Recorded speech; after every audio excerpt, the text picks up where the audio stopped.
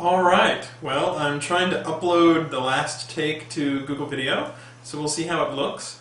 While I'm waiting, why not do a few more questions and see if we can knock a few out.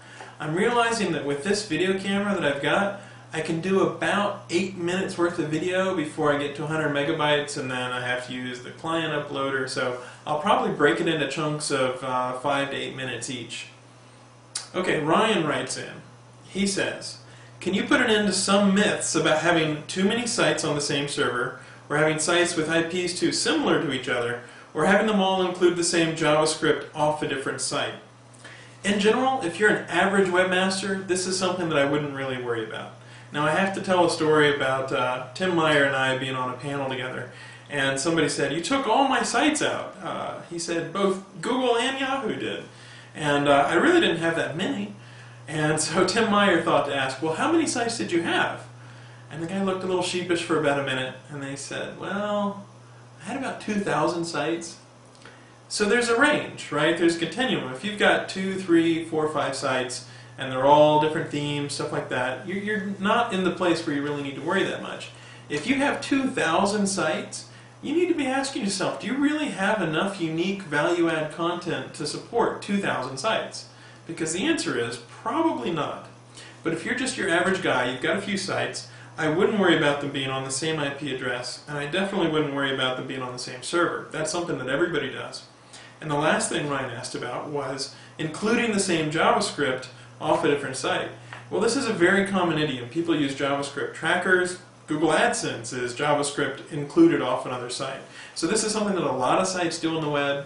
I wouldn't necessarily worry about it at all. Now, again, if you have 5,000 sites and you're including the JavaScript that does the sneaky redirect, then you do need to worry.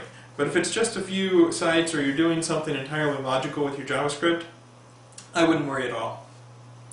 Alright, Aaron Shear writes in with kind of an interesting question. He says, I'm having trouble understanding the problems that we face every time we launch in a new country. Typically, we launch a new country with millions of new pages at the same time. Additionally, due to our ambitious PR team, we get tons of links from our network of sites as well as press during every launch. So he's saying that the last time they did this, they didn't do very well in French, and then they launched a site in Australia and they didn't do very well at all. Aaron, this is a good question primarily because the answer has changed somewhat since the last time we talked. Somebody asked me this question at SES New York, and I said, just go ahead and launch stuff. Don't worry about it. It may bring more scrutiny, but in general you'll be fine. I think if you're launching sites with millions of new pages, you want to be a little more cautious if you can. In general, if you're launching with that many pages, it's probably better to try to launch a little more softly. So a few thousand pages, and then add a few thousand more, stuff like that. It could very well be, millions of pages is a lot of pages. I mean, Wikipedia is only, how many, 5, 10 million pages? So if you're launching millions, that could be attracting scrutiny, and you want to make sure that those are all good pages. Otherwise, you might find yourself not doing as well as you'd hoped for. Alright, quick question. Classic Nation writes in and says, I'm wondering what the status is on Google Images, and if we can expect to see an update on the indexing technology in the future. Actually, there was a thread on this on Webmaster World. We just did an index update, just I think last weekend, of our index for Google Images. And I was talking to somebody on the Images team, and they're always working hard. So a lot of the stuff you may not see. It may be as simple as bringing in new infrastructure that the main web index has, things like that. But they're always working on trying to make the Google Images index better.